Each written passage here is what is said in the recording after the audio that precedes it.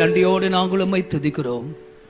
ஒன்று கூட எங்களுக்கு இரக்கம் காண்பியும், முடிவேதத்தின் மகத்துவங்களை காணும்படி எங்களுடைய மனக்கண்களை பிரகாசமாக்கும், எங்களுடைய இருதயங்கள் ஆயத்தமாக இருக்கட்டும். கர்த்தாவே, இந்த கடைசி நாட்களிலே ஒரு உயிர் மீட்சியை நாங்கள் வாஞ்சிக்கிறோம். வசனத்தில் இருக்கிற ஜீவன் எங்களுடைய ஆவி, ஆத்துமா, சரீரத்தை பற்றி பிடிக்கட்டும், சுத்திகரிக்கட்டும். முன்பக்கமாய் நாங்கள் திரும்பி உடைய செட்டைகளின் மறைவிலே வந்தடைய உதவி செய்யும். நல்ல போதகராய் ஆவியானவர் எழும்பும். இன்றைக்கும் அடிமை குருவாயாய் மாத்திரம் இருக்கட்டும். மகிமையும் கனத்தையும் நீர் எடுத்துக்கொள்ளும். இயேசு கிறிஸ்துவின் நாமத்தில் பிதாவே, ஆமென். தயவு செய்து உட்காருங்கள். எரேமியா தீர்க்கதரிசன புத்தகம் 33ஆம் அதிகாரத்தின் 9வது வசனத்தை மறுபடியும் படிப்போம். Prophetical book of Jeremiah chapter 33. Let us read again verse 9. 33:9 Jeremiah. 33:9 Jeremiah. நான் அவர்களுக்கு செய்யும் நன்மை எல்லாம் கேட்கப் போகிற பூமியின் எல்லா ஜாதிகளுக்கும் முன்பாக அது எனக்கு மகிழ்ச்சியுள்ள கீர்த்தியாயும் புகழ்ச்சியாயும் மகிமையாயும் இருக்கும். நான் அவர்களுக்கு அருளி செய்யும் எல்லா நன்மை நிமித்தமும் எல்லா சமாதானத்தின் நிமித்தமும் இவர்கள் பயந்து நடுங்குவார்கள் என்று இஸ்ரவேலின் தேவனாகிய கர்த்தர் சொல்கிறார். And it shall be to be a name of joy, a praise and honor before all the nations of the earth, which shall hear all the good that I do unto them, and they shall fear and tremble for all the goodness and for all the prosperity that I procure unto it. நான் அவர்களுக்கு நன்மை செய்ய போகிறேன் என்று கர்த்தர் சொல்லுகிறார். The Lord says, I'm going to do good to them. நம்முடைய தேவன் மனப்பூர்வமாக ஒரு தீமையும் யாருக்கும் அவர் செய்வதே இல்லை. Our God willingly, He will not do any evil to anyone. சில நேரங்களிலே தீமை போல அது நமக்கு தெரிந்தாலும் அது நன்மையாகவே இருக்கும் என்பதை நாம் நிச்சயமாக அறிந்திருக்கிறோம். We know definitely sometimes it may appear to be evil, but it will be for our good. தேவன் அவளுக்கு எந்த நன்மைகளை செய்ய விரும்புகிறார் என்பதை நாம் கடந்த ஆராதனையிலே சில விஷயத்தை தியானித்தோம். The last service meditated to find out what kind of goodness God wanted to do to them. அதற்கு முன்பாக நன்மை செய்யும்படி தேவன் தன்னுடைய மனதை அவளுக்கு வெளிப்படுத்தி கொடுத்ததை நாம் படித்தோம். Also we found out that God revealed His mind to them, what to show what kind of goodness He would do. இந்த அதிகாரத்தை நீங்கள் படித்தால் 10 விதமான நன்மைகளை நாம் படிக்கலாம். When you read this chapter, you will find 10 different types of goodness. அதில் முதலாவதாக 6ஆம் வசனத்திலே சௌக்கியமும் ஆரோக்கியமும் நான் அவளுக்கு வர பண்ணுவேன் என்று ஆண்டவர் சொல்லுகிறார். Firstly, in verse 6, you find that I will bring it health and cure. சௌக்கியமும் ஆரோக்கியமும் தேவன் நமக்கு கொடுத்திருக்கிற நன்மையாக இருக்கிறது. The health and cure which we have is a goodness God has given to us. அவர் நம்முடைய சரீரத்தை மாத்திரமல்ல, நம்முடைய ஆத்துமாவையும் நம்முடைய சபையும் தேசத்தையும் கூட அவர் குணமாக்க விரும்புகிறார். Not only he wants to heal our body, also our soul, our church and the nation. எனக்கு சித்தம் உண்டு, நீ சுத்தமாகு என்று ஆண்டவர் தன்னுடைய மனதை வெளிப்படுத்துகிறார். God reveals His mind in this way. It is my will for you to get healed. Get healed. அடுத்ததாக ஆண்டவர் அவளுக்கு பரிபூர்ண சமாதானத்தை தருவதாக இந்த 6ஆம் வசனத்திலே நாம் படிக்கிறோம். In the 6th same verse you read, God would give them abundance of peace. பரிபூர்ண சமாதானம் என்று சொல்லுகிறது தேவனுடைய ஒரு விசேஷித்த நன்மையாகவே இருக்கிறது. Abundance of peace is also one of the special goodness of God. உலகத்தில் நீங்கள் பார்க்கும் பொழுது சமாதானத்தோடு வாழ்கிறவர்கள் எத்தனை பேர் என்பது கேள்விக்குறியாகவே இருக்கிறது. It is a matter of question to see in the world, to find out how many people live with peace. நாடுகளை எடுத்துக்கொள்ளுங்களேன், எத்தனை நாடுகள் சமாதானமாய் இருக்கிறது? Take for example the nations. How many nations are without peace? நம்முடைய நாட்டுக்குள் எத்தனை கலவரங்கள் ஒவ்வொரு நாளும் நடந்து கொண்டே இருக்கிறது. Even in our own nation, how many riots take place every day? கர்த்தருக்கு மகிமை உண்டாகட்டும். Glory to God. உலகளாவிய ஒரு சமாதான கேடு தேசத்தின் மேல் வந்து கொண்டிருக்கிறது. A worldly destruction of peace is looming over the nations. முகமதிய நாடுகளிலும் கூட தங்களுக்குள்ளே போரிட்டு கொண்டு ஒருத்தரை ஒருத்தர் சுட்டு அழித்து கொண்டிருக்கிறதை நாம் பார்க்கிறோம். Even among the Muslim nations you see that they are fighting among themselves and killing each other. துன்மார்க்கனுக்கு சமாதானம் இல்லை என்று வேதாகமம் சொல்லுகிறது. The Bible says there is no peace for the wicked. ஏசாயா 57ஆம் அதிகாரத்தின் 20, 21 ஆகிய வசனங்களில் படித்தால் துன்மார்க்கனுக்கு சமாதானம் இல்லை என்று என் கர்த்தர் சொல்லுகிறார். Isaiah 57 verse 20 and 21, if you read, the Lord says there is no rest for the wicked. நம்முடைய வாழ்க்கையிலே பாவமோ துன்மார்க்கமோ இருக்குமானால் நாம் சமாதானமாகவே வாழ முடியாது. Even in our lives, if there is sin or any wickedness, we cannot live in peace. எனவேதான் பரிசுத்த வாழ்க்கை உண்டானால் அங்கே சமாதானம் இருக்கும். Hence, if you have a holy life, there will be peace. ஒரு சிறுவனை குறித்து நான் படித்தேன். I read about a little fellow. அந்த சிறுவன் எப்படியோ ஒரு சந்தர்ப்பத்திலே ஒரு துப்பாக்கி குண்டை ரகசியமாக எடுத்துக்கொண்டான். A little boy, in one time, he carried a bullet with him. எடுத்துக்கொண்டான். அது அவனுக்கு துப்பாக்கியில் உபயோகப்படுத்துகிற குண்டு என்று தெரியும். ஆனால் திருப்பி கொடுக்கவோ அதை வீட்டில் கொண்டு போய் அப்பாவிடத்தில் கொடுக்கவோ தாய்க்கு சொல்லவோ அவனுக்கு மனம் வரவில்லை. He had the bullet, he knew it had to be used with the gun, but he did not have the mind to talk to his parents or share with anyone. எனவே அவன் அதோடவே நடந்தான், வகுப்புக்கு சென்றான், தூங்கினான்.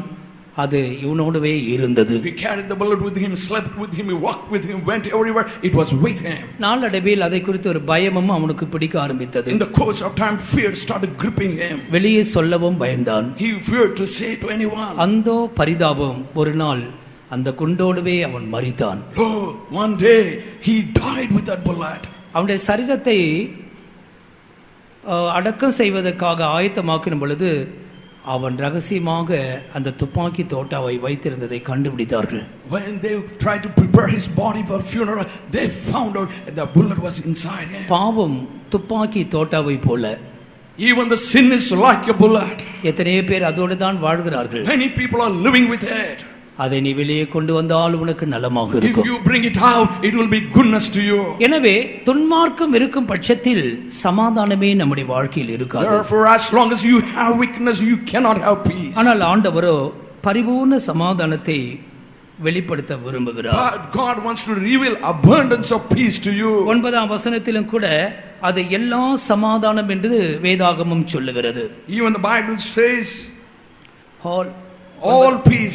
கர்த்தருக்கு மகிமை உண்டாகட்டும். Praise the Lord. 9ஆம் வசனத்திலே அதை நாம் படிக்கிறோம். In verse 9 we read about that. பிரியமானவர்களே, இந்த சமாதானம் 3 அடுக்காக அதை நாம் தியானிக்கலாம். We can meditate this peace in 3 phases. ஒன்று தனி வாழ்க்கையில் இருக்கிற சமாதானம். One is the peace in private life. ஒரு மனிதன் தன் தனி வாழ்க்கையிலே சமாதானத்தை அவன் இழந்து போனால் அவன் பெரிய ஒரு நரக வாழ்க்கைக்குள் இருக்கிறது போலவே. If a man loses his peace in his private life, it will be like living in hell. எனவேதான் தனி வாழ்க்கை சமாதானம் மிக முக்கியமானது. Therefore, the private peace is very important. இயேசு கிறிஸ்துவின் இரத்தத்தினாலே அவர் சமாதானத்தை கொடுக்கிறார். God gives peace by the blood of Jesus Christ. கொலோசியர் 1ஆம் அதிகாரம் 20ஆம் வசனத்திலே சிலுவையிலே சிந்தின இரத்தம் நமக்கு சமாதானத்தை கொண்டு வருகிறது. Colossians 1:1 we read that by the blood that was shed on Calvary he gives us peace. எபேசியர் 2ஆம் அதிகாரம் 14, 15 ஆகிய வசனங்களிலே அவருடைய மரணத்தினால் நாம் சமாதானத்தை பெற்றுக்கொள்கிறோம். Ephesians 2:14 and 15 through his death we get peace. எபேசியர் 6ஆம் அதிகாரத்தின் 15ஆம் வசனம் அவருடைய உபதேசத்தினால் அல்லது சத்தியத்தினாலே நாம் சமாதானத்தை பெறுகிறோம். Ephesians 6:15 by his doctrine or truth we receive peace. எனவே கிறிஸ்து தன்னுடைய மரணத்தினால் தன்னுடைய இரத்தத்தினாலே நமக்கு சமாதானத்தை கொடுக்கிறார். Therefore Christ gives us peace through his blood and his death.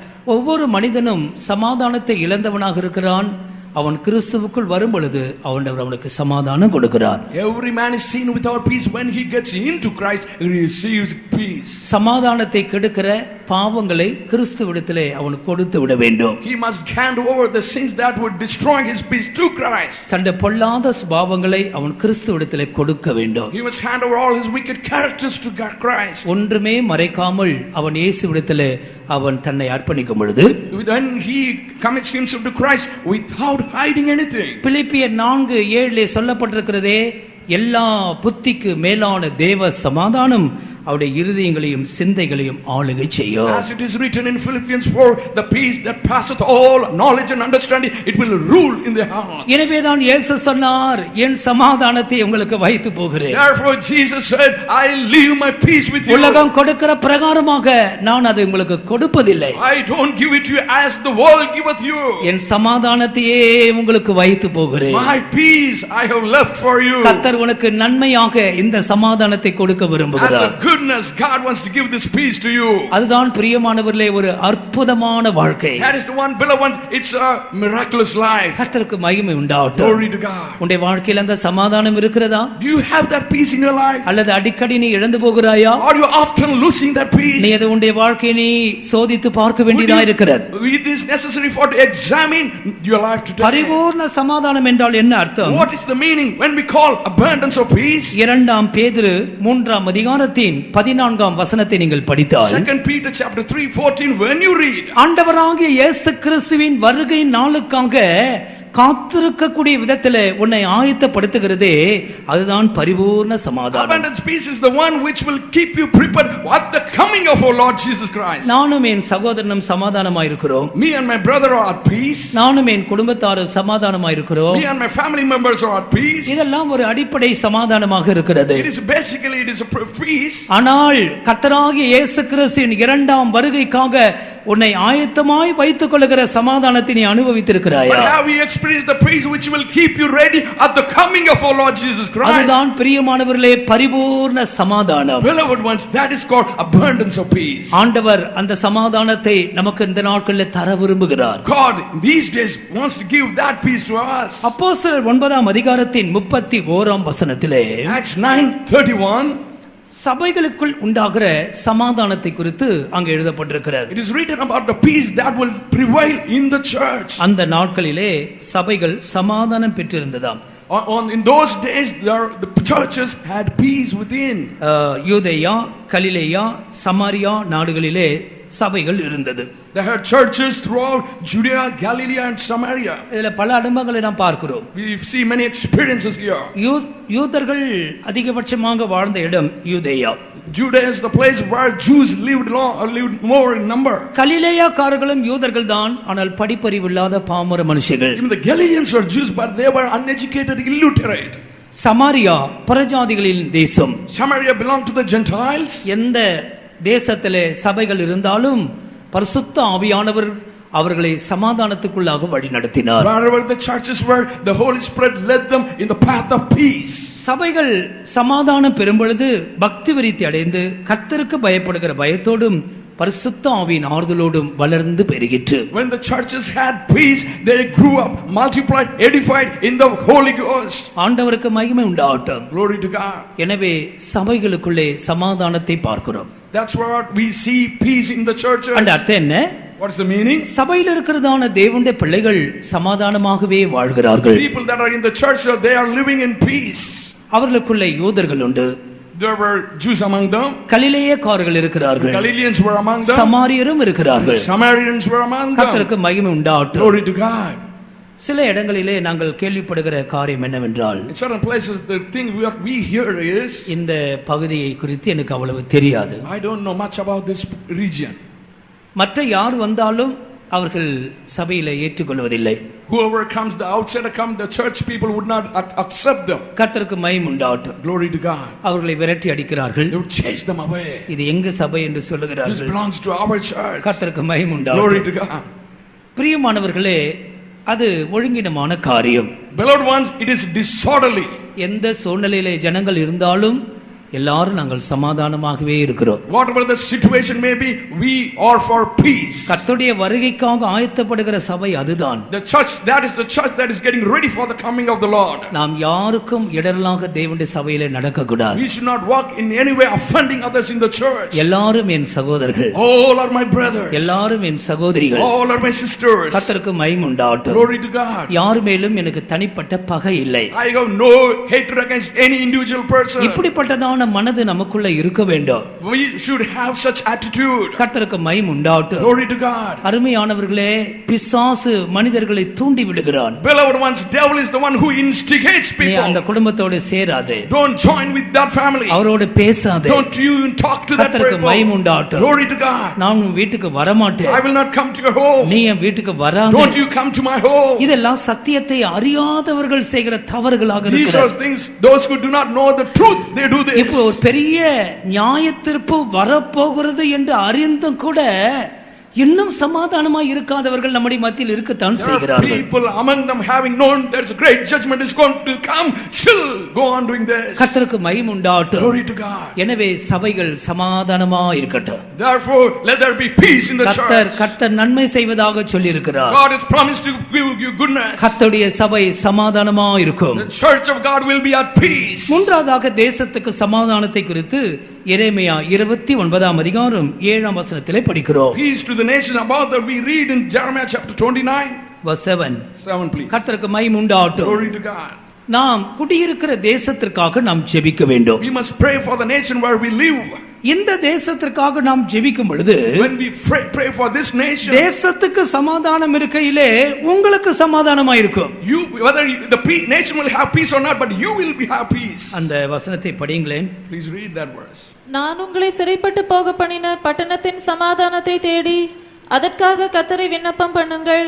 அதற்கு சமாதானம் இருக்கையில் உங்களுக்கும் சமாதானம் இருக்கும். அதற்கு சமாதானம் இருக்கையில் உங்களுக்கு சமாதானம் இருக்கும். As long as they have peace, you will have peace. நேசரத்திலே சமாதானம் இருந்தால் சபை சமாதானமா இருக்கும். If there is peace in Nazareth, there will be peace in church. தமிழ்நாட்டிலே சமாதானமா இருந்தால் நாம சமாதானமா If there இருக்கலாம். is peace in Tamil Nadu, we will have peace. இந்தியாவிலே சமாதானம் இருந்தால் நாம் சமாதானமா If there is இருக்கலாம். peace in India, we will have peace. எனவேதான் இந்த தேசத்துக்காக ஜெபியுங்கள் என்று வேதம் சொல்லுகிறது. Hence, the Bible commands us to pray for the nation. அம்மைதலுள்ள ஜீவியம் செய்யும்படியாக தேசத்து ஜனங்கள் அதிபதிகளுக்காக நாம் ஜெபிக்க For us வேண்டும். to have a peaceful living, we must pray for the rulers of the nation. ஆண்டவருக்கு மகிமை உண்டாகட்டும். Glory to God. அதற்கு சமாதானம் இருக்கையிலே நாம் சமாதானமா இருக்கலாம். When they have peace, we can have peace. இந்த நாட்களிலே இது ஒரு பயங்கரமான ஒரு காலகட்டமாக இருக்கிறது. We are living in terrible times. அந்தி கிறிஸ்து ரகசியமாக தன்னுடைய ராஜ்யத்தை ஒருங்கிணைத்துக் கொண்டிருக்கிறான். Antichrist is secretly organizing his kingdom. எல்லாவற்றையும் ஒரே ஒரு ஆட்சியின் கீழே வர வேண்டும் என்று அவன் விரும்புகிறான். He desires to bring everything under one control. ஆண்டவருக்கு மகிமை உண்டாகட்டும். Glory to God. எனவே பிரியமானவர்களே, தேசத்தின் சமாதானத்திற்காக ஜெபிக்க Therefore, வேண்டும். beloved ones, pray for the peace of the nation. ஆண்டவர் பரிபூர்ண சமாதானத்தை கொடுப்பதாக சொல்லுகிறார். God is promising to give us abundance of peace. மூன்றாவதாக ஆண்டவர் என்ன சொல்லுகிறார்? Thirdly, what does God say? அவர்களுக்கு பரிபூர்ண சத்தியத்தை நான் வெளிப்படுத்துவேன். I will reveal unto them abundance of truth. கர்த்தருக்கு ஸ்தோத்திரம். Glory to God. நான் அவர்களுக்கு செய்ய போகிற நன்மை அதிகமா இருக்கும். நான் அவர்களுக்கு நன்மையை செய்ய போகிறேன். Whatever the goodness, what I am going to do, it will be great. இங்கே ஆண்டவர் பரிபூர்ண சத்தியத்தை குறித்து பேசுகிறார். Here, the God is talking about the abundance of truth. சத்தியம் என்று சொல்லும் பொழுது அதிலே ஒரு துவக்கம் உண்டு, அதிலே ஒரு முடிவு இருக்கிறது. When you talk about the truth, there is a beginning and there is an end. ரட்சிப்பில் அது துவங்கி பரிசுத்தமாகுதலிலே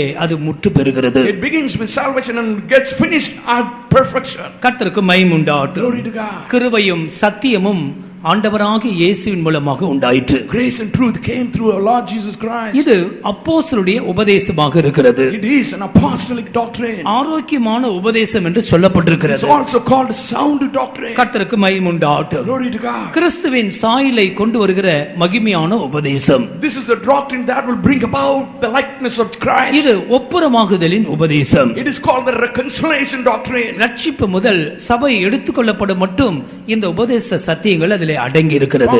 From salvation until the church is taken away, everything this comprises all the doctrines. நம்முடைய ஞாயிறு பள்ளியிலே நாம் இந்த உபதேசங்களை எல்லாவற்றையும் கொண்டு வந்திருக்கிறோம். In the Sunday school ministry, we have brought all the truth in this. கர்த்தருக்கு மகிமை உண்டாகட்டும். Glory to God. ஞாயிறு பள்ளியிலே கொடுக்கப்பட்ட சிலபஸ் சொல்லுகிறது அவ்வளவு விசேஷமான காரியங்கள் அதுக்குள்ள இருக்கிறது. According to the Sunday school syllabus, we have there special things are in it. ரட்சிப்பு முதற்கொண்டு ஜெய ஜீவியம் மட்டும் அதிலே நம்ம உபதேசங்களை கொண்டு வந்திருக்கிறோம். From salvation until victorious living we have put in that syllabus. எனவே பிள்ளைகள் கண்டிப்பாக இதை படிக்கிறது அவளுக்கு நன்மையாக இருக்கும். Therefore children studying this syllabus, it will be good unto them. கர்த்தருக்கு மகிமை உண்டாகட்டும். Glory to God. ஆண்டவர் காலாகாலங்களாக இந்த சத்தியத்தை, பரிபூர்ண சத்தியத்தை சபைக்கு வெளிப்படுத்திக் கொண்டே இருக்கிறார். God in every dispensation was delivering this truth to the church. கர்த்தருக்கு மகிமை உண்டாகட்டும். Glory to God. இந்த சத்தியத்தை கைக்கொண்டு வருகிறவர்கள் நீதியுள்ள ஜாதிகளாக மாறுகிறார்கள். Those who keep the truth will become a righteous nation. ரட்சிப்பு ஒரு சத்தியம். Salvation is getting saved is a salvation. முழுகு ஞானஸ்தானம் ஒரு சத்தியம்.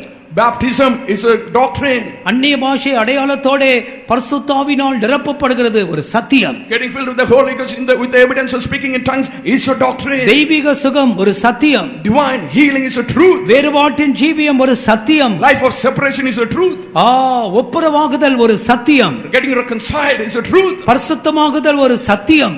Becoming holy, that is a truth. கர்த்தருக்கு மகிமை உண்டாகட்டும். Glory to God. இந்த உபதேசங்களை ஆண்டவர் சபைக்கு போதிக்கிறார். These doctrines God is teaching the church. சபைக்கு ஜெய ஜீவியத்தை குறித்து நாங்கள் போதிக்கிறோம். We are teaching about victorious living. எனவே பிரியமானவர்களே, அந்தந்த காலகட்டத்திலே தேவன் பரிபூர்ண சத்தியத்தை சபைக்கு வெளிப்படுத்திக் கொண்டே இருக்கிறார். Therefore, beloved ones, God in His own time, He is revealing the truth to the churches. நான்காவதாக ஆண்டவர் கொடுக்கிற நன்மை என்ன? Fourthly, what is the goodness God gives to the church? 33ஆம் அதிகாரத்தின் 7ஆம் வசனத்தை படிப்போம். Chapter 33, verse 7, please read. நான் யூதாவின் சிறையிருப்பையும் இஸ்ரவேலின் சிறையிருப்பையும் திருப்பி முன்னிருந்தது போல அவர்களை கட்டுவித்து 11ஆம் வசனம்.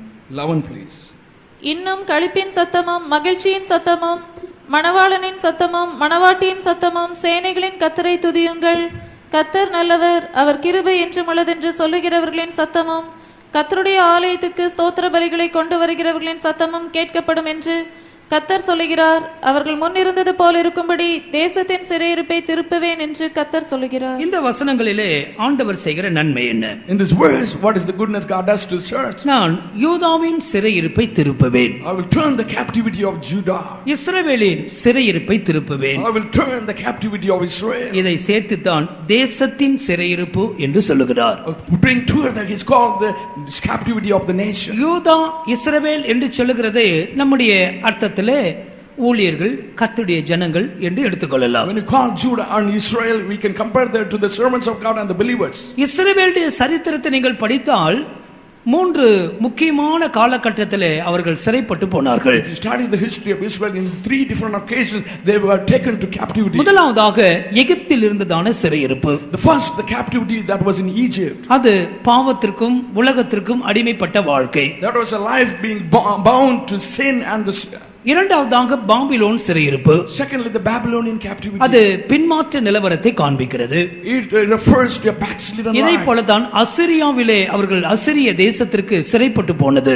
Likewise, they were taken as slaves to Assyria. இஸ்ரவேலின் சரித்திரத்திலே 3 விதங்களிலே அவர்கள் சிறைப்பட்டு போயிருந்தார்கள். In the history of Israel, they were in 3 different ways they were taken as captives. இந்த சிறைப்பட்டு போனதற்கெல்லாம் ஒரு முக்கியமான ஒரு காரணம் There இருந்தது. was one particular reason why they were taken as captives. தங்கள் தேவனாகிய கர்த்தரை மறந்து விக்கிரகங்களுக்கு அவர்கள் ஆராதனை செய்ய ஆரம்பித்தார்கள். Having forgotten their Lord, their God, and started worshipping the idols. தேவனுடைய மனப்பூர்வமாக அவருடைய உபதேசத்தையும் அவருடைய பிரமாணங்களையும் கைக்கொள்ளாமல் போனார்கள். Willingly they forsook the commandments and the laws of God. கர்த்தருக்கு மகிமை உண்டாகட்டும். Glory to God. இந்த காரியத்தை அவர்கள் செய்து கொண்டிருந்தபடியினால்தான் தேவன் அவர்களை சிறையிருப்புக்கு ஒப்புக்கொடுத்தார். Because they were given to such things, God took them as captives. இஸ்ரவேலே கேள், உன் தேவனாகிய கர்த்தர் ஒருவரே. Oh Israel, hear, your Lord, He is one. அவரை முழு இருதயத்தோடு, முழு பலத்தோடு, முழு ஆவியோடு நீ அவரை ஆராதிக்க வேண்டும். You must serve Him with all your strength, with all your soul, and with all your spirit. உன் தேவனாகிய கர்த்தர் ஒருவரே. Your Lord God is one. உனக்குள்ளே அந்நிய தேவர்கள் இருக்க வேண்டாம். There should not be any other gods in you. ஏதாவது ஒரு விக்கிரகத்தை செய்து ஒளிப்பிடத்தில் வைத்து அதை ஆராதிக்கிறவன் சபிக்கப்பட்டவன் என்று வேதம் சொல்லுகிறது. The Bible declares one who makes idol and puts in a hidden place and serves it, he is a cursed one. ஆனால் இந்த ஜனங்களோ இந்த பிரமாணத்தை மீறினார்கள். But these people transgressed the law. எங்கெல்லாம் ஒரு அந்நிய தெய்வத்தை பார்க்கிறார்களோ உடனே அதை நமஸ்கரிக்க ஆரம்பித்தார்கள். Wherever they saw a strange god, they started worshiping. தாங்கள் நமஸ்கரிக்கிறது மாத்திரமல்ல, Not only they stopped with worshiping, மற்றவர்களும் போய் கூப்பிடுற அளவுக்கு மாறினார்கள். they started inviting others to worship. அங்க ஒரு தேவதையை நான் கண்டேன். I saw a goddess over there. நம்ம அங்க போய் சேவிக்க போவோம் Let us வாருங்கள். go to serve that goddess. நீதி உள்ள பரிசுத்தமுள்ள தேவன் அது எல்லாத்தையும் கண்டு கொண்டே இருந்தார். The righteous, the holy God was looking at those things. இன்றைக்கும் ஆண்டவருடைய மனம் வேதனை உள்ளதான் இருக்கிறது. Even today the heart of God is grieved. அவரை முழு இருதயத்தோடு நேசிக்கிறவர்கள் எத்தனை பேர்கள்? There are how many people are there who would love him with all their heart? உத்தம மனதோடு தெய்வத்தை சேவிக்கிறவர்கள் எத்தனை பேர்? How many people are there who would serve him with pure mind? எல்லா அந்நிய தேவர்களை அகற்றி விடுவோமாக. Put away the strange gods. ஆண்டவர் சிறையிருப்பை மாற்ற விரும்புகிறார். God wants to turn your captivity. கர்த்தருக்கு ஸ்தோத்திரம். Glory, praise the Lord. எத்தனையோ சிறையிருப்புக்குள்ளே மனிதர்கள் அகப்பட்டுக் கொள்கிறார்கள். Many people are caught in captivity of different kinds. Strange love, அந்நிய அன்பு ஒரு பொல்லாத சிறையிருப்பு. Strange love is a terrible captivity. இந்த நாட்களிலே வாலிபர்கள் போய் சிக்கிக் கொள்கிறது அதில்தான். These days the youth get caught easily. கர்த்தருக்கு ஸ்தோத்திரம். Praise the Lord. இப்படி பண ஆசை, Love of money. இப்படி எத்தனையோ காரியங்களை நம்ம சொல்லிக் கொண்டே You போகலாம். can go on saying like these things. ஆண்டவருக்கு ஸ்தோத்திரம். Praise the Lord. ஆண்டவர் அவருடைய சிறையிருப்பை திருப்புவதாக சொல்லுகிறார். God is promising to turn their captivity. வியாதி ஒரு சிறையிருப்பு, Sickness is a captivity. சாபம் ஒரு சிறையிருப்பு. Curse is a captivity. தொடர்ந்து கடன் வாங்கி கொண்டிருந்தாலே அது ஒரு கேப்டிவிட்டி, அது ஒரு சிறையிருப்பு தான். If keep buying things from somebody, getting things on a loan, it is captivity. கர்த்தருக்கு ஸ்தோத்திரம். Praise the Lord. எந்த காரியத்திலும் நீங்கள் சிறையிருப்புக்குள் இருக்கும்படி தேவன் விரும்புவதே இல்லை. God does not want you to stay in captivity in anything. ரகசியமான பாவங்கள், Hidden sins. கர்த்தருக்கு மகிமை உண்டாகும். Glory to God. ஆண்டவர் என்ன சொல்லுகிறார்? What does God say? நான் யூதாவையும் விடுவிக்க போகிறேன், இஸ்ரவேலையும் விடுவிக்க போகிறேன். I am going to liberate Judah and also Israel. அவர்களுடைய சிறையிருப்பை திருப்பி முன் இருந்தது போல் அவர்களை நான் கட்டுவிப்பேன். I will, having returned the captivity, I will build them as first. எந்த காலங்கள் சிறையிருப்பிலிருந்து வெளியே வருகிற காலங்களா இருக்கட்டும். Let this season be a season where you come out of your captivity. குற்ற மனசாட்சி விட்டு வெளியே வாருங்கள். Come out of that evil conscience. கிறிஸ்தவ வாழ்க்கை சிறகடித்து பறக்க வேண்டிய வாழ்க்கை. Christian life is a life you will flap your wings and fly high. மகிமை உண்டாகட்டும். Glory to God. சிறையிருப்பை விட்டு வெளியே வாருங்கள். Come out of your captivity. முன் இருந்தது போல அவர்கள் இருப்பார்களாம். They will be as they were in the beginning. அங்கே அதற்கு 6 அர்த்தங்கள் 11ஆம் வசனத்திலே சொல்லப்பட்டிருக்கிறது. In verse 11 there are 6 definitions of அவங்க முன்ன எப்படி இருந்தாங்க, how they were in the beginning.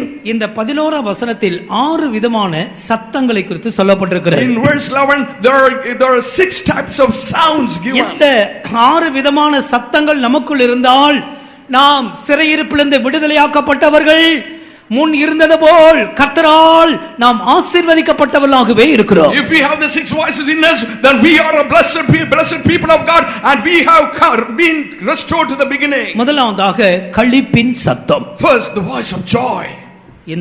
இந்த சத்தங்களை நீங்கள் படிக்கும் பொழுது முதலாவது எழுத்தின் பிரகாரமாக சில காரியங்களை சொல்லுகிறேன். When you study about these voices, I'm going to talk to you about certain literal meanings. எதன் அடிப்படையிலே இந்த சத்தங்கள் இஸ்ரவேலுக்குள்ளே தொனித்தது? On what basis they had these voices among them? அவர்கள் நன்றாக வாழ்ந்த பொழுது, நன்றாக இருந்த பொழுது, when they had their good living, ஒரு விவாகம் என்றால், ஒரு பண்டிகை என்றால், இந்த எல்லா சத்தங்களும் ஊர்ல தொனித்துக் கொண்டே இருக்கும். In case of wedding or a festival, there would be voices rising in the nation. இதுல இல்லாத சில சத்தங்களை கூட உண்டு. எந்திரத்தின் சத்தம், அப்படி எல்லாம் பல பாடுகிறவர்களின் சத்தம், அதாவது ஒலிவ பழங்களை திராட்சை பழங்களை பறித்து ஆலையில போட்டு அதை காலால் தான் மிதிச்சு தான் ரசத்தை எடுப்பார்கள். There are other voices beside the voices given. That is one kind of voice, the voice of the grind, and the other voice is when you trample the grapes in the திராட்சை பழங்களை மிதிக்கும் போது மேல கயிறு கட்டி இருக்கும்.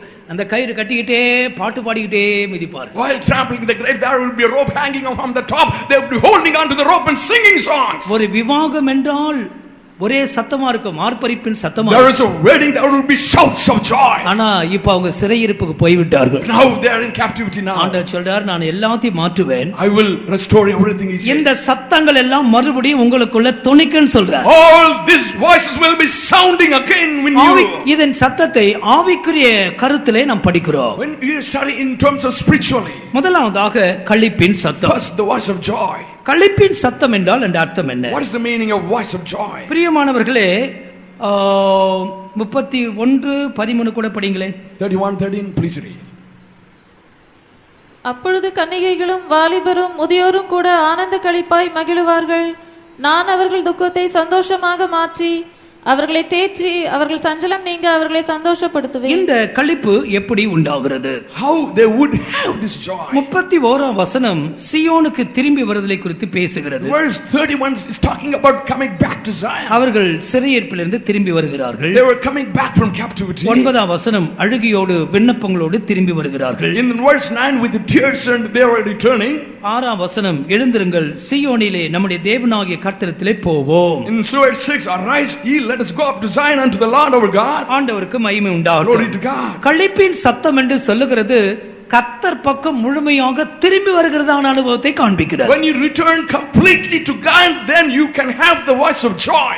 தெய்வத்துக்கு மகிமை Glory to உண்டாகட்டும். God. பிரியமானவர்களே, கர்த்தர் பக்கம் திரும்பி வருகிறவர்கள் அழுகையோடும் புலம்பலோடும் கண்ணீரோடு திரும்பி வருகிறார்கள். Beloved ones, those who are returning to God, they come to Him with the tears and lamentation and mourning. கன்னிகைகள், வாலிபர், முதியோர் எல்லாரும் வர வேண்டும். The virgins and the young ones and the elders, should all come. உனக்குள்ளே இந்த களிப்பின் சத்தம் உண்டாக வேண்டுமானால் நீ கர்த்தர் பக்கம் திரும்ப For வேண்டும். you to have this voice of joy, you must turn to God. கர்த்தருக்கு மகிமை Glory to உண்டாகட்டும். God. அவருடைய வாழ்க்கையில் தான் இந்த களிப்பின் சத்தம் உண்டாகும். Only in their lives there will be a voice of joy. அடுத்த சாணக்கு நாம் என்ன படிக்கிறோம்? Nextly, what do we read? அவர்களுக்குள்ளே சொல்லப்பட்டிருக்கிறது மகிழ்ச்சியின் சத்தம். Voice of gladness. கர்த்தருக்கு ஸ்தோத்திரம். Praise the Lord. இந்த மகிழ்ச்சியின் சத்தம் ஏசாயா 35ஆம் அதிகாரத்தின் 10ஆம் வசனத்திலே நாம் படிக்கிறோம். Isaiah 35:10, we read about this voice of gladness. படிங்கள். கர்த்தரால் மீட்கப்பட்டவர்கள் திரும்பி ஆனந்த களிப்புடன் பாடி சீயோனுக்கு வருவார்கள்.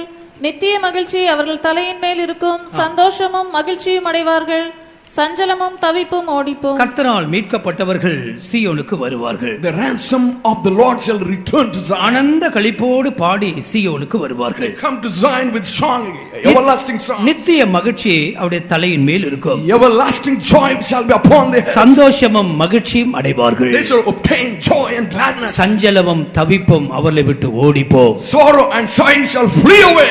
சஞ்சலமும் தவிப்பும் நீங்கின வாழ்க்கை மகிழ்ச்சியின் வாழ்க்கை. Life without sorrow and sighing is a life of gladness. நீ பாபிலோனில் இருக்க மட்டும் இந்த மகிழ்ச்சியை உன்னால் அனுபவிக்க முடியாது. As long as you are in Babylon, you cannot have this gladness. பின்மாற்ற நிலவரத்திலே, கர்த்தருடைய அன்பை விட்ட நிலவரத்திலே நீ வாழ்ந்து கொண்டிருக்கும் பொழுது இந்த ஆனந்த களிப்பை உன்னால் அனுபவிக்க If முடியாது. you live in a black slide instead without the love of God, you cannot have this voice of gladness. சஞ்சலமும் மகிழ்ச்சியும் உனக்கு வேண்டும். You do with sorrow and sadness you must have. சஞ்சலமும் தவிப்பும் உன்னை விட்டு ஓடி போக வேண்டும். Sorrow and sadness must leave you. எனவே களிப்பின் சத்தமும் மகிழ்ச்சியின் சத்தமும் உங்களுக்குள் உண்டாயிருக்கும். Therefore then you will have the voice of joy and voice of gladness. மூன்றாவதாக எந்த சத்தம்? Thirdly, what kind of sound? மணவாளனின் சத்தம் உண்டாயிருக்குமாம். Thirdly, there will be the voice of the bridegroom. கர்த்தருக்கு மகிமை உண்டாகட்டும். Glory to God. அருமையானவர்களே, கர்த்தர் செய்கிற நன்மையை பாருங்கள். Beloved ones, look at the goodness of God. யார் இந்த மணவாளன்? Who is this bridegroom? யூதாவிலும் இஸ்ரவேலிலும் இந்த மணவாளனின் சத்தம் கேட்கட்டும். Let there be the sound of this bridegroom in Judah and Israel. நம்மை பொறுத்தமட்டில் நம்முடைய ஆண்டவராகிய இயேசுவே ஆத்தும மணவாளனாய் இருக்கிறார். Joineth unto us, our Lord Jesus Christ is the lover of our soul. சபைகளிலே ஆத்தும மணவாளனின் சத்தம் தொனிக்கட்டும். Let there be sound of the bridegroom in the church. அவருடைய சத்தம் எப்படி இருக்கும்? What kind of sound? ஒன்று ரெண்டு விஷயங்களை சொல்லுகிறேன். I want to share one or two things. மணவாளனின் சத்தம் எப்படி இருக்கும்? What kind of sound will be the sound of the bridegroom? ஓசியா 2ஆம் அதிகாரத்தின் 14ஆம் வசனத்திலே Hosea 2:14. அங்கே மணவாளனையும் மணவாட்டியும் நாம் படிக்கிறோம். We read here about the groom and the bridegroom. ஆயினும் இதோ நான் அவளுக்கு நயங்காட்டி அவளை வனாந்தரத்தில் அழைத்து கொண்டு போய் அவளோட பட்சமாய் பேசி. ஆண்டவருடைய சத்தம் எப்படி இருக்கும்? What kind of sound it will be? அவளை, சபையை நயம் காட்டி ஏமாற்றி வனாந்திரத்துக்கு அழைத்து கொண்டு போகிறார். I will talk nicely to her and lure her into கர்த்தருக்கு wilderness. அப்படி ஏமாற்றி கொண்டு போகிறாரா? God takes them to the wilderness in a deceptive way. நயம் காட்டி கொண்டு போகிறார். He lures her. என்ன கொண்டு போகிறார்? எப்படி கொண்டு போகிறார்? How he takes her. நான் உனக்கு கானான் கொடுக்க போகிறேன். I'm going to give you Canaan. நீ அங்க வந்து பாரு, ஃபுல்லா பால் தான் ஓடிட்டு இருக்கும். Come and see that it will be filled with milk. ஃபுல்லா தேனா தான் இருக்கும். It will be filled with honey. கர்த்தருக்கு மகிமை உண்டாகட்டும். ஜனங்களை நயம் காட்டுகிறார். He is luring them. இந்த பிள்ளைகளை கூட அப்படித்தான் நம்ம ஏமாத்துறோம். This is how we deceive the children. ஒரு சின்ன சாக்லேட் கொடுத்தா அத்தனை வரும். If you give a little chocolate, they will come to you. நயம் காட்டி கொண்டு போறார். They are luring her them. நயம் காட்டி அவளை அழைத்து கொண்டு போய் Having lured them and brought them to the wilderness. அவளுடைய இருதயத்தோட பட்சமாய் பேசுகிறார். Talk nicely into her heart. கர்த்தருக்கு மகிமை உண்டாகட்டும். Glory to God. அவளோடு பட்சமாய் பேசுகிறார். Talks nicely to her. வேறு பாஷையில் சொல்ல போனால் கம்ஃபர்டபிளி ஆறுதலாய் கர்த்தர் அவளோடு பேசுகிறார். Speaks comfortably to her. கர்த்தருக்கு மகிமை உண்டாகட்டும். Glory to God. நேசரின் சத்தம், மணவாளனின் சத்தம் இதுதான். This is the sound of the lover, the bridegroom. இனி உனக்குள் மணவாளனின் சத்தத்தை நீ கேட்பாய். You will start hearing the voice of the bridegroom. உன்னை கர்த்தர் வனாந்தரத்துக்கு கொண்டு வருகிறார். God is bringing you to wilderness. பல நெருக்கங்களிலே உன்னை கொண்டு போகிறார். In the midst of oppression, he is bringing you. உன்னுடைய இருதயத்தோட பட்சமாய் பேச விரும்புகிறார். He wants to speak comfortably to your heart. மணவாளனின் சத்தம் உண்டாகும். There will be the sound of the bridegroom. ரொம்ப ஆச்சரியமா இருக்கு இந்த மணவாளனின் சத்தத்தை நீங்க படிச்சு பாருங்க எப்படி எல்லாம் பேசுறார். If you start studying it will be amazing. உன்னத பாட்டு 2ஆம் அதிகாரத்திலே The songs of Solomon, the chapter 2, 8ஆம் வசனத்திலே அவள் என்ன சொல்லுகிறாள்? verse 8, what does she say? 2:8 இது என் நேசரின் சத்தம். This is the sound of my beloved. நேசரின் சத்தத்தை அவள் அறிகிறாள். She knew the voice of the beloved. 5ஆம் அதிகாரத்தின் 2ஆம் வசனத்திலே 5:2, என் நேசரின் சத்தத்தை கேட்கிறேன், கதவை தட்டுகிற என் நேசரின் சத்தம். I hear the voice of my beloved, the one who knocks at the door. மணவாளனின் சத்தம் தேசத்திலே கேட்கட்டும். Let there be the voice of the bridegroom in the nation. அடைக்கப்பட்ட கதவுகளை தட்டுகிறார். He is knocking at the shut door. கடின உள்ளங்களை தட்டுகிறார். He is knocking at the hardened hearts. நீயோ சத்தத்தை பகுத்தறிந்து கொள். You are up to discern the voice. இது என் ஆத்தும நேசரின் சத்தம். This is the voice of the lover of my soul. அவர் என்ன சொல்லுகிறாரா? What does he say? 10ஆம் வசனம் 2:10 என் நேசர் என்னோடு பேசுகிறார். The 2:10 is the lover, my beloved speaks to me. என் பிரியமே, என் ரூபவதியே எழுந்து வா. Oh my beauty, my beloved, rise and come. என் நேசர் என்னோடு பேசுகிறார். Oh, with this my beloved is speaking to me. கர்த்தருடைய மணவாளனின் சத்தம் சபைகளிலே உண்டாகட்டும். Let there be the voice of the bridegroom in the churches. ஆண்டவருக்கு மகிமை உண்டாகட்டும். Glory to God. கன்மலையின் வெடிப்புகளில் தங்குகிற என் மறைவிடங்களில் தங்குகிற என் புறாவே. Oh, thou that hideth in the cleft of the rock. எனக்கு இதெல்லாம் வர்ணிக்க எனக்கு நேரமில்லை பிரியமானவர்களே. I don't have time to describe this beloved one. ஆனால் கர்த்தர் எனக்கு சொல்லுகிற சத்தியத்தை உங்களுக்கு சொல்லுகிறேன். But what the Lord tells me to tell you, I tell you. இந்த நாட்கள் மணவாளனின் சத்தம் உண்டாகிற நாட்கள். These days are the days where you will hear the voice of the groom. கர்த்தர் பேசுவார். Lord will speak. வேதத்தை படிக்கும் பொழுது, When you read the Bible, தேவ சமூகத்துக்கு கூடி வரும் பொழுது, when you come to the presence of God, நிச்சயமாய் மணவாளன் சபையிலே பேசுவார். surely the groom will talk to the church. உன்னுடைய இருதயத்தோடு பட்சமாய் பேசுவார். Speak comfortably to your heart. கர்த்தருக்கு மகிமை உண்டாகட்டும். Glory to God. அடுத்ததாக ஆண்டவர் என்ன செய்கிறாராம்? Nextly, what does God do? அங்கே மற்றொரு சத்தத்தை பார்க்கிறோம். There's another voice. அது என்ன சத்தம்? What kind of voice? அதான் மணவாட்டியின் சத்தம். Voice of the bride. கர்த்தருக்கு ஸ்தோத்திரம். Praise the Lord. அங்க நாம் என்ன படிக்கிறோம்? What do we read here? மணவாட்டியின் சத்தமும் கேட்கப்படும். Voice of the bride will be also heard. மணவாட்டிக்கு கூட சத்தம் உண்டு. Even the bride has a voice. கர்த்தருக்கு ஸ்தோத்திரம். Praise the Lord. மணவாட்டியின் சத்தம் விசேஷமான சத்தம். It's a special voice, the voice of the bride. நேசர் கூட அதுதான் கேட்கிறார். The beloved hears that voice. 2ஆம் அதிகாரத்தின் உன்னத பாட்டு 14ஆம் வசனம். 2:14 Songs of Solomon.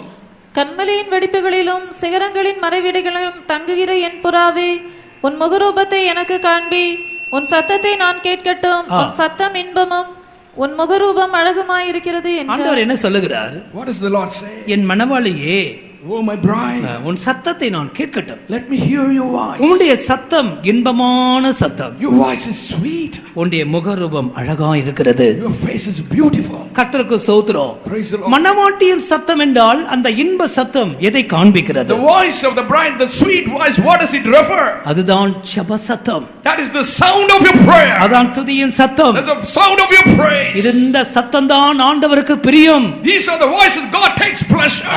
தெய்வத்துக்கு மகிமை உண்டாகட்டும். Glory to God. இதற்கு தவிர வேற சத்தங்கள் உண்டாகலாமா? Beside these, can there be any sound?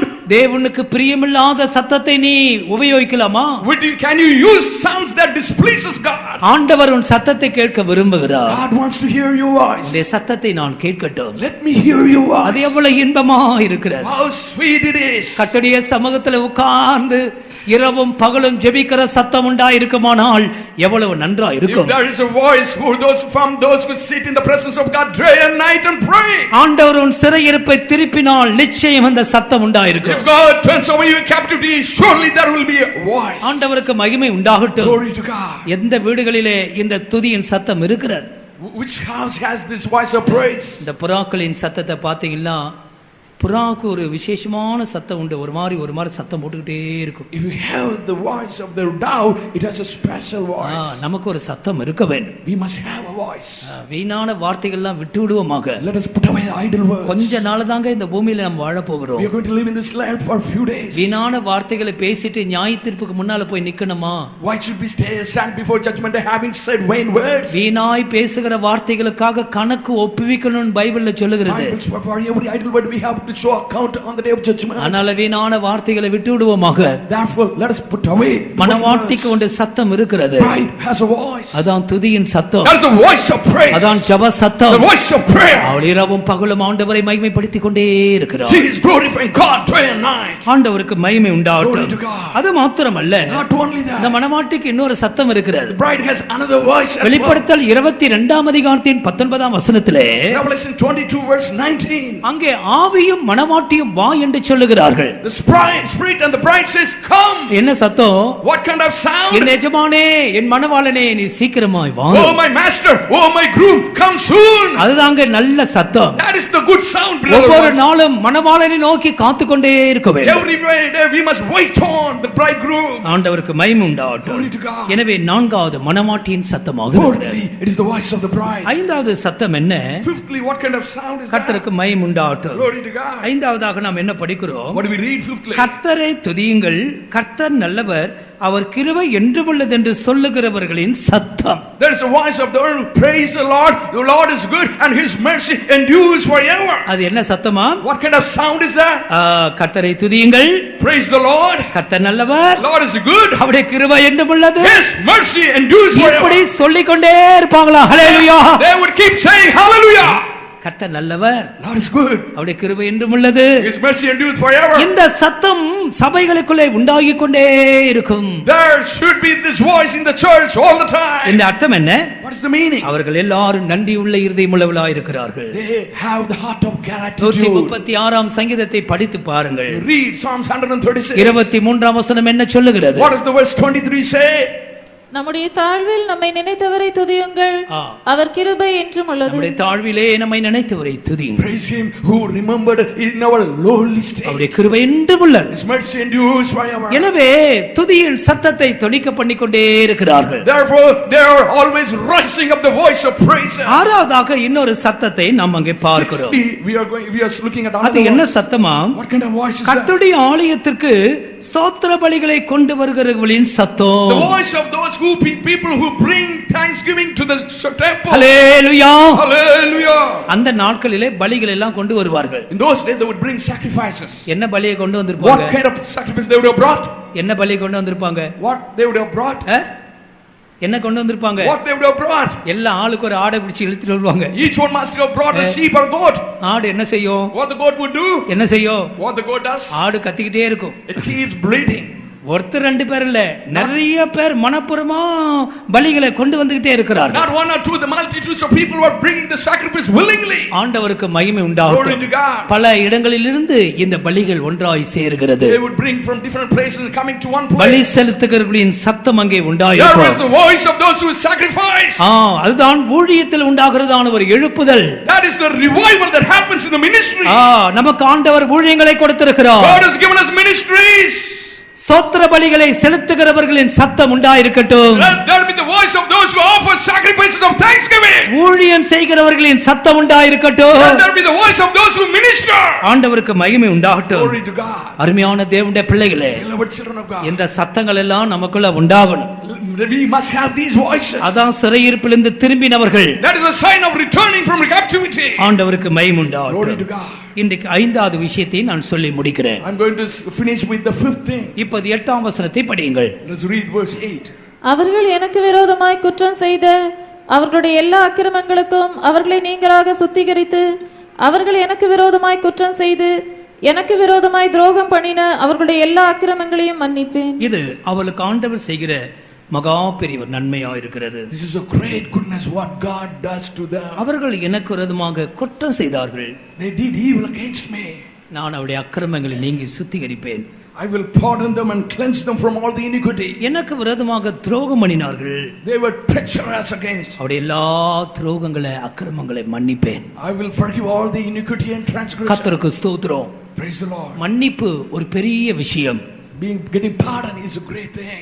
50ஆம் அதிகாரத்தின் 20ஆம் வசனத்தை படியுங்கள். எரேமியா 50 verse 20, Jeremiah, please.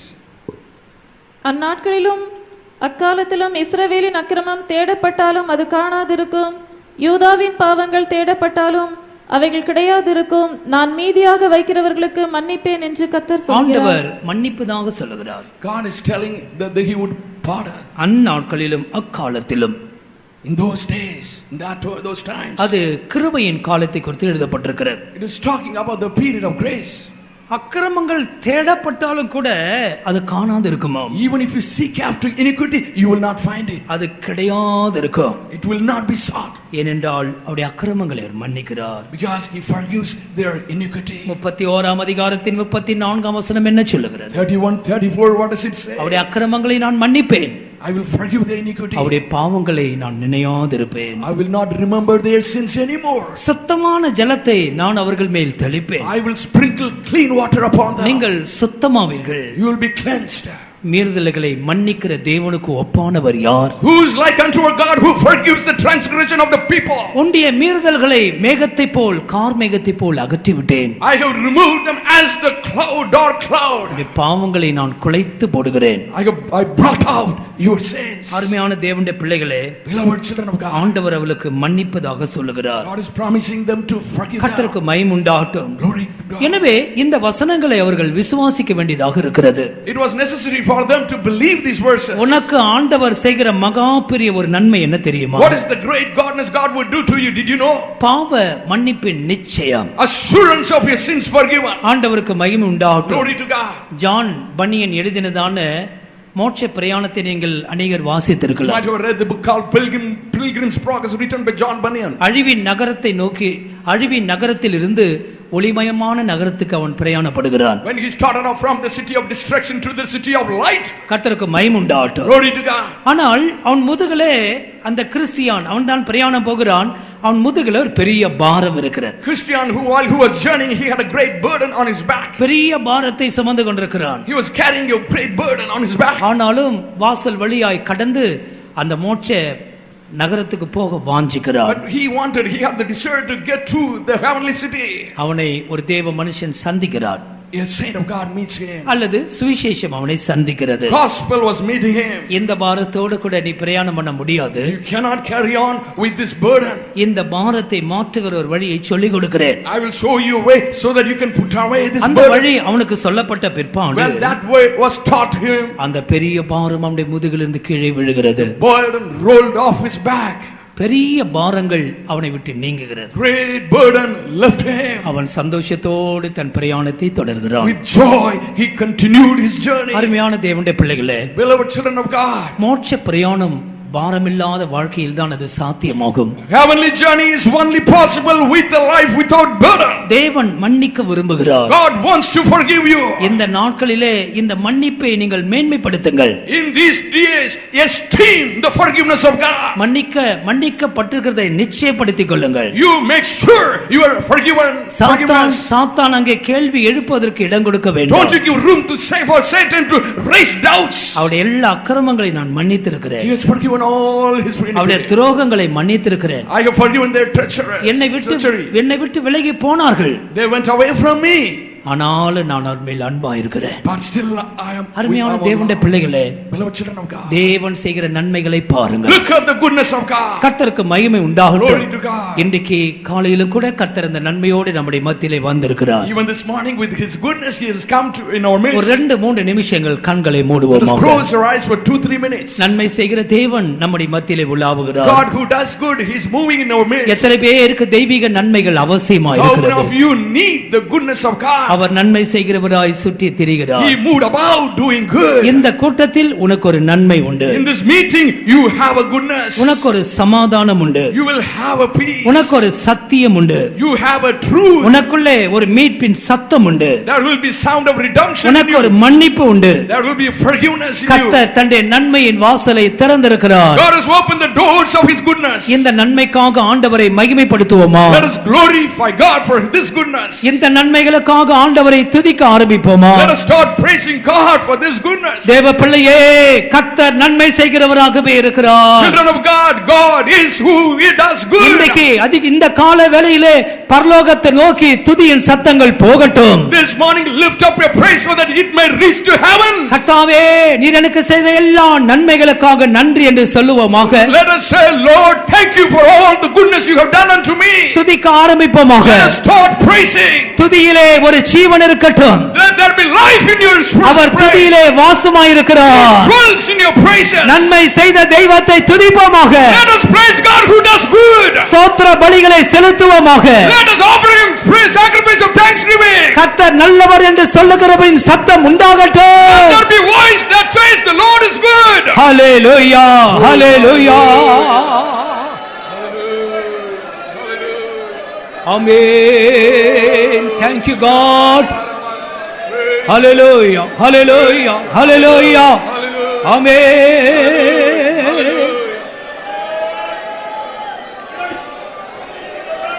Tave ஸ்தோத்திரம் ஸ்தோத்திரம். Hallelujah, hallelujah. நெருக்கப்பட்டோம் மடிந்திடாமல் கர்த்தர் தாம் நம்மை காத்ததாலே. நெருக்கப்பட்டோம் மடிந்திடாமல் கர்த்தர் நம்மை காத்ததாலே.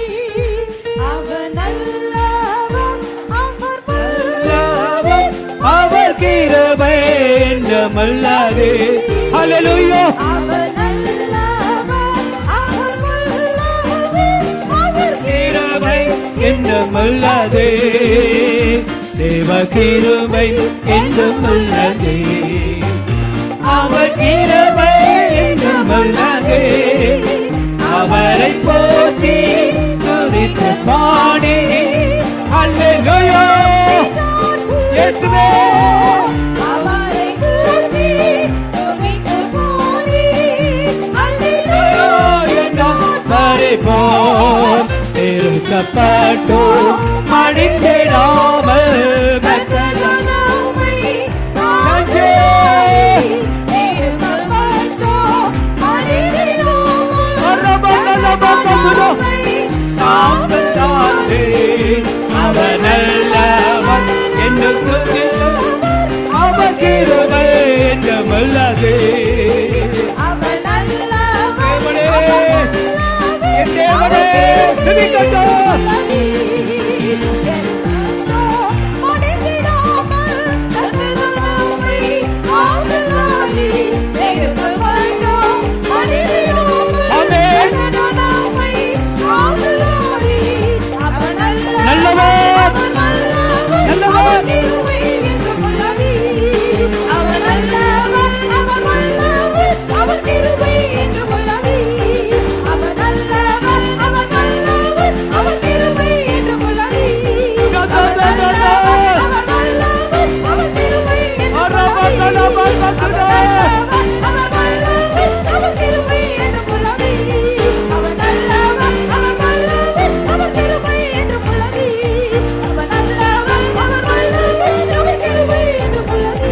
Hallelujah. Hallelujah. Hallelujah.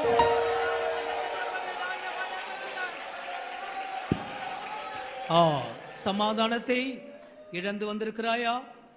உனக்கு சமாதானம் கொடுக்கிறார். உனக்கு சத்தியத்தை காண்பிக்கிறார். உனக்குள்ள சத்தங்கள் துணிக்கட்டார். ஸ்தோத்திர பலியை செலுத்துகிறவருடைய கூட்டம் வருமா? கர்த்தர் நல்லவர், அவருடைய கிருபை என்றும் உள்ளது என்று சொல்லுகிறவரின் சத்தம். ஆமென். மணவாளனின் சத்தம், மணவாட்டியின் சத்தம், களிப்பின் சத்தம், மகிழ்ச்சியின் சத்தம். கூக்குரல் உனக்குள்ள இனி வராது. புலம்ப மாட்டாய். கர்த்தர் உன்னை மாற்றுகிறார். கர்த்தர் உனக்கு ஒரு புதிய சத்தத்தை கொடுக்கிறார். உன்னை மன்னிக்கிறார். கர்த்தர் உன்னை மன்னிக்கிறார். இந்த கோரஸை ஒன்று கூட பாட போகிறோம். எல்லாரும் சேர்ந்து கைகளை தட்டி தேவ நாமத்தை மகிமைப்படுத்துவோமாக. நெருக்கப்பட்டோம்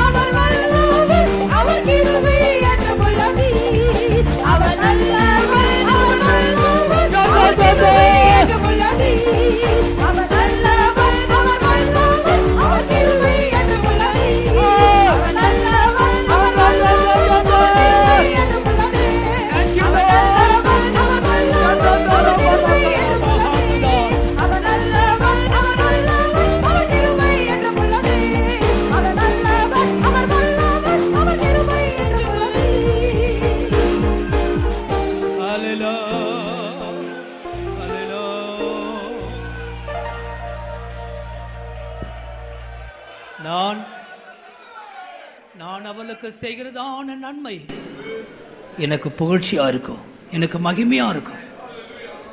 தன் ஜனத்தை பார்த்து ஆண்டவர் சொல்றார். இன்றைக்கு அதே ஆண்டவர் உனக்கு சொல்றார், என் ஜனத்துக்கு நான் நன்மை செய்ய போகிறேன். தைரியமாயிரு, தைரியமாயிரு, விசுவாசத்தோடு போ. உன்னுடைய வாழ்க்கை நன்மையா இருக்கும். உனக்குள்ளே துதியின் சத்தம் துணிக்கும். ஹல்லேலூயா, ஹல்லேலூயா. ஆமென். நன்மை செய்கிற தேவன் நமக்கு இருக்கிறபடினால் சந்தோஷத்தோடு கைகளை உயர்த்தி ஆண்டவருக்கு ஸ்தோத்திரங்களை செலுத்துவோமாக. Hallelujah. Praise him, praise him, praise him. தெய்வமே. ஆமென். ஜெபிப்போம்.